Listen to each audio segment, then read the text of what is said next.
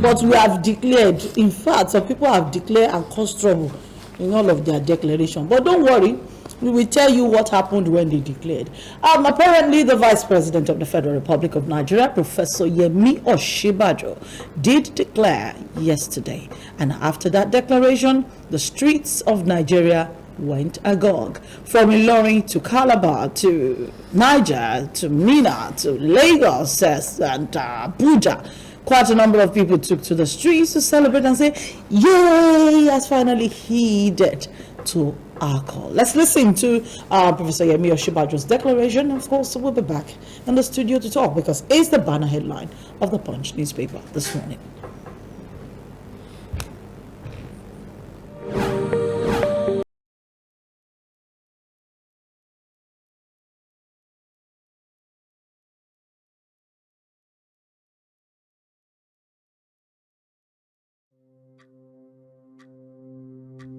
Dear Nigerians, for the past 7 years, I have served as Vice President under a true Nigerian patriot, a servant of the nation in war and peace, and a man of integrity, President Muhammadu Buhari. We have, together, worked through some of the most difficult times in the history of our nation. But we have remained focused on securing the country, on providing infrastructure and growing our economy. As stipulated by the Nigerian Constitution, our tenure will end next year. In this period of 7 years, I have served the government in several capacities, and I have, at the direction of Mr. President, represented our country in sensitive, high-level international engagements. I've been to practically all local governments in Nigeria. I've been in markets, in factories, in schools, and farms. I've been in agricultural, mining, and oil-producing communities, in the Delta, in Kebbi, in Enugu, in Borno, in Rivers, in Plateau and Ondo, and in all other states of the Federation, listening to the diverse experiences and yearnings of our people. I've visited our gallant troops in the Northeast and our brothers and sisters in the IDP camps. I've felt the pain and anguish of victims in violent conflicts, terrorist attacks, flooding, fire, and other disasters. I've been in the homes of many ordinary Nigerians in various parts of the country.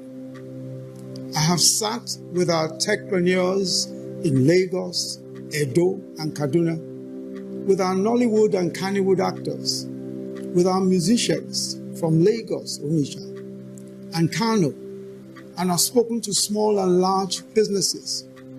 I stood where they stood, and I sat where they sat. I know their hopes and aspirations, and their... Welcome back to the Bumper Breakfast. And of course, that was the speech of Professor Yemi Osinbajo, the Vice President, when he declared for presidency yesterday. That's the banner headline of the Punch newspaper this morning. 2023, Tinubu Osinbajo groups clash. Aregbesola made back the VP. A Vice President lost his polling booth. We're not aware of his political relevance. Lagos APC talking. Presidential race not about big name but capability. Osinbajo grassroots organization. I have no son grown enough to challenge me, says Tinubu. VP close to us, Aregbesola faction is talking. This is causing quite a mayhem across Nigeria as we speak, and I want to begin with Tolani this morning. Tolani, our dearest Jagaban, Asiwaju Bola Ahmed Tinubu, yesterday was asked a very tricky question, and the question is, your son has declared, and the man responded, I have no son grown enough to challenge me. And the question is, how can a 65-year-old man be a son to a 70-year-old man?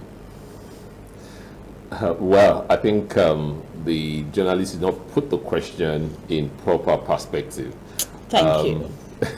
like you said, President VP Osinbajo is 65. Yes. Bola Ahmed Tinubu He's 70. is 70. Officially. They served in the same cabinet like 16 years ago or thereabout, 1999, 2003. And well, you could say his political benefactor or whatever it says, it groomed him and all that. But hey, He started work, don't forget, however, he served as with Professor Bolaji Ajibola, am I correct? Bola Ajibola, I think Bola they had Ajibola. this thing from Yes. I was a professor from Unilag. So Yeah, the guy, before the Tinubu appointment. before the Tinubu thing, Yes. and the guy brought, I mean, of course, if he's not good, you would have brought him to the table. He brought something to the table. So I number one, the question was not properly put. Probably It was a tricky question. The guy would have said, the journalist would have asked him, oh, now that the vice president is running, what is your take? And well, let's cut it straight. He's not the son. He's not a son. So per se. Asiwaju was correct in the statement he made, right? Am I correct?